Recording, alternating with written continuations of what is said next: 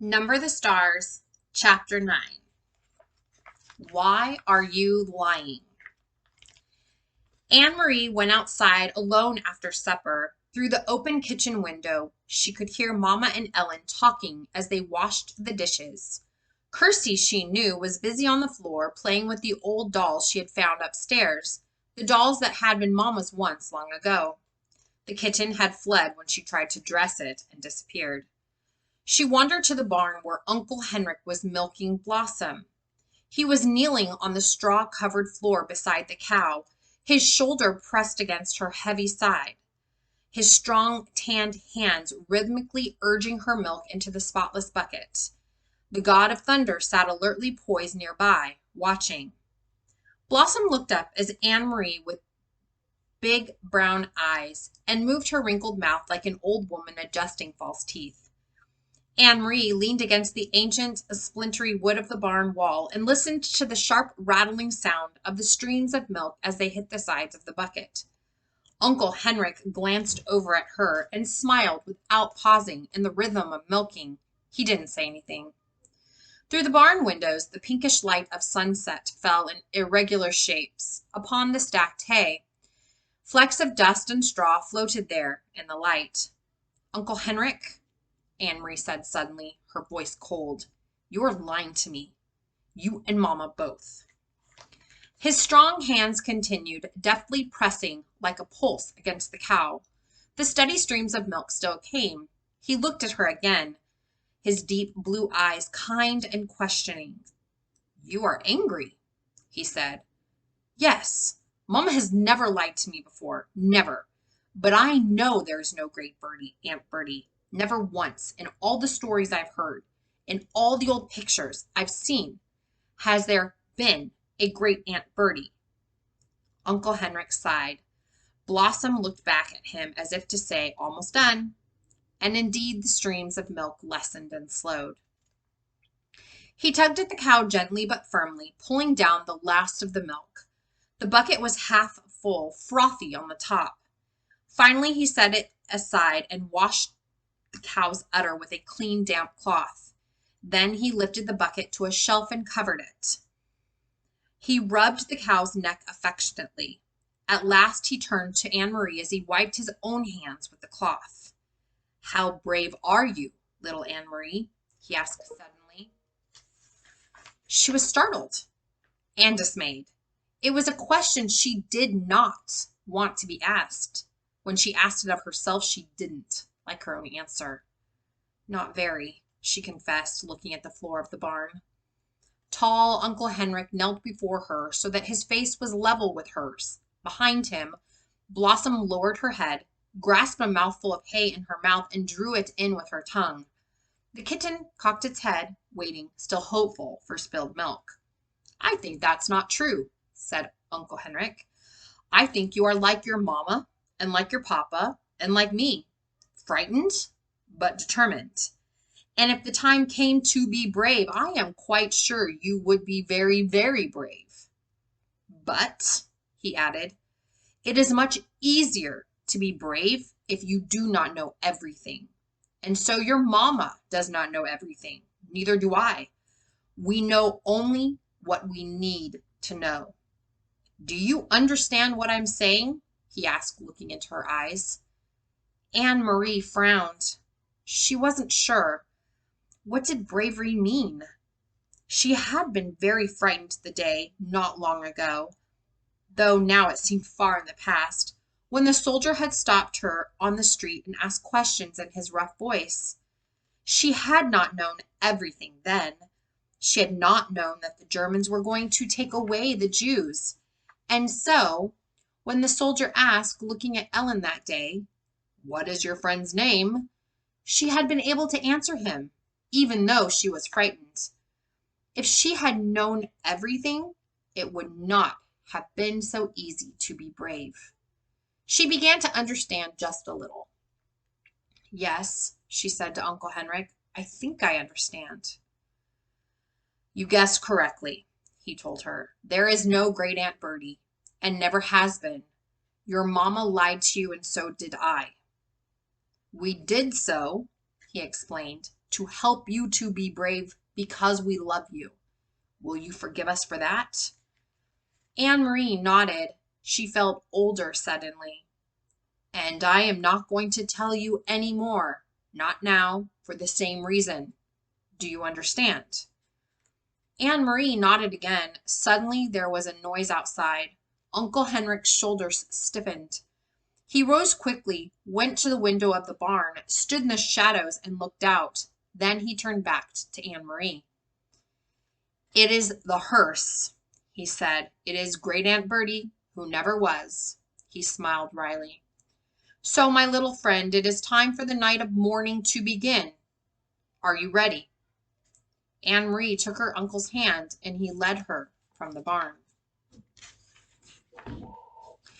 The gleaming wooden casket rested on supports in the center of the living room and was surrounded by the fragile, papery flowers that Anne-Marie and Ellen had picked that afternoon.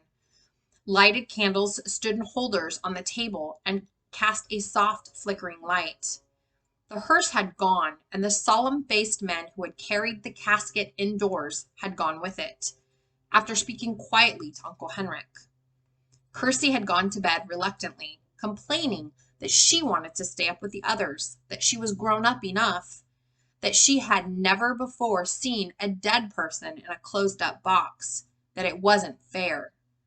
But Mama had been firm, and finally, Kirsty, sulking, had trudged upstairs with her dolls under one arm and the kitten under the other. Ellen was silent and had a sad expression. "I'm so sorry your Aunt Bertie died," Anne-Marie heard her say to Mama, who smiled sadly and thanked her. Anne-Marie had listened and said nothing. "So now I too am lying," she thought, "and to my very best friend. I could tell Ellen that it isn't true, that there is no Great Aunt Bertie. I could take her aside and whisper the secret to her so that she wouldn't have to feel sad. But she didn't. She understood that she was protecting Ellen the way her mother had protected her. Although she didn't understand what was happening or why the casket was there or who in truth was in it, she knew that it was better, safer, for Ellen to believe in Great Aunt Bertie. So she said nothing. Other people came in as the night sky grew darker. A man and a woman, both of them dressed in dark clothing, the woman carrying a sleeping baby, appeared in the door, and Uncle Henrik gestured them inside. They nodded to Mama and to the girls. They went following Uncle Henrik to the living room and sat down quietly. "Friends of Great Aunt Bertie," Mama said quietly in response to Anne-Marie's questioning look. Anne-Marie knew that Mama was lying again, and she could see that Mama understood that she knew. They looked at each other for a long time and said nothing. In that moment, with that look, they became equals. From the living room came the sound of a sleepy baby's brief wail. Anne-Marie glanced through the door and saw the woman comfort the baby, who quieted. Another man arrived, an older man, bearded. Quietly he went to the living room and sat down, saying nothing to the others, who only glanced at him. The young woman lifted the baby's blankets and cuddled her. The old man bent his head forward and closed his eyes as if he were praying. His mouth moved silently, forming words that no one could hear. Anne-Marie stood in the doorway, watching the mourners as they sat in the candlelit room. Then she turned back to the kitchen and began to help Ellen and Mama as they prepared food. In Copenhagen, she remembered, when Lise died, friends had come to their apartment every evening. All of them had brought food so that Mama wouldn't need to cook. Why hadn't these people brought food? Why didn't they talk? In Copenhagen, even though the talk was sad, people had spoken softly to one another and to Mama and Papa. They had talked about Lise, remembering happier times. Thinking about it as she sliced cheese in the kitchen, Anne-Marie realized that these people had nothing to talk about. They couldn't speak of happier times with Great Aunt Bertie when there had never been a Great Aunt Bertie at all. Uncle Henrik came into the kitchen. He glanced at his watch and then at Mama. "It's getting late," he said. "I should go to the boat." He looked worried. He blew out the candles so that there would be no light at all and opened the door. He stared beyond the gnarled apple tree into the darkness. Good, here they come, he said in a low, relieved voice. Ellen, come with me. Ellen looked questioningly toward Mama, who nodded. Go with Henrik, she said. Anne-Marie watched, still holding the wedge of firm cheese in her hand as Ellen followed Uncle Henrik into the yard. She could hear a sharp, low cry from Ellen, and then she heard the sound of voices speaking softly. In a moment, Uncle Henrik returned. Behind him was Peter Nielsen. Tonight, Peter went to Mama and hugged her. Then he hugged Anne-Marie and kissed her on the cheek, but he said nothing. There was no playfulness to his affection tonight, just a sense of urgency, of worry. He went immediately to the living room, looked around, and nodded at the silent people there. Ellen was still outside, but in a moment the door opened and she returned, held tightly, like a little girl, her bare legs dangling against her father's chest. Her mother was beside them. That was chapter 9, Number of the Stars. And now we go into chapter 10. Let us open the casket. You are all here now, Uncle Henrik said, looking around the living room. I must go. Anne-Marie stood in the wide doorway, looking in from the hall. The baby slept now, and its mother looked tired. Her husband sat beside her, his arm across her shoulders. The old man's head was still bent. Peter sat alone, leaning forward with his elbows on his knees. It was clear that he was deep in thought. On the sofa, Ellen sat between her parents, one hand clasped tightly in her mother's. She looked up at Anne-Marie but didn't smile. Anne-Marie felt a surge of sadness. The bond of their friendship had not broken, but it was as if Ellen had moved now onto a different world, the world of her own family and whatever lay ahead for them. The elderly, bearded man looked up suddenly as Uncle Henrik prepared to go. God keep you safe, he said in a firm but quiet voice. Henrik nodded. God keep us all safe, he replied. Then he returned and left the room. A moment later, Anne-Marie heard him leave the house. Mama brought the teapot from the kitchen and a tray of cups. Anne-Marie helped her pass the cups around. No one spoke. Anne-Marie, Mama whispered to her in the hall. You may go to bed if you want. It is very late. Anne-Marie shook her head, but she was tired. She could see that Ellen was too. Her friend's head was leaning on her mother's shoulder, and her eyes closed now and then. Finally, Anne-Marie went to the empty rocking chair in the corner of the living room and curled there with her head against its soft, padded back. She dozed. She was startled from her half-sleep by the sudden sweep of headlights through the sheer curtains and across the room as a car pulled up outside. The car doors slammed. Everyone in the room tensed, but no one spoke. She heard, as if in a recurring nightmare, the pounding on the door, and then the heavy, frightening, familiar scenario of boots on the kitchen floor. The woman with the baby gasped and began suddenly to weep. The male, accented voice from the kitchen was loud. We have observed, he said, that an unusual number of people have gathered at this house tonight. What is the explanation? There has been a death, Mama's voice replied calmly. It is always our custom to gather and pay our respects when a family member dies. I am sure you are familiar with our custom. One of the officers pushed Mama ahead of him from the kitchen and entered the living room. There were others behind him. They filled the wide doorway. As always, their boots gleamed, their guns, their helmets, all of them gleamed in the candlelight. Anne-Marie watched as the man's eyes moved around the room. He looked for a long time at the casket. Then he moved his gaze, focusing on each person in turn. When his eyes reached her, she looked back at him steadily. Who died? He asked harshly. No one answered. They watched Anne-Marie, and she realized that the officer was directing the question at her. Now she knew for certain what Uncle Henrik had meant when he had talked to her in the barn. To be brave came more easily if you knew nothing. She swallowed. My great Aunt Bertie, she lied in a firm voice. The officer moved forward suddenly across the room to the casket. He placed one gloved hand on its lid. Poor great Aunt Bertie, he said in a condescending voice. I do know your customs, he said, turning his gaze toward Mamma, who still stood in the doorway. And I know it is custom to pay one's respects by looking your loved one in the face. It seems odd to me that you have closed this coffin up so tightly. His hand was in a fist, and he rubbed it across the edge of the polished lid. Why is it not open? He demanded. Let us open it up and take one last look at great Aunt Bertie.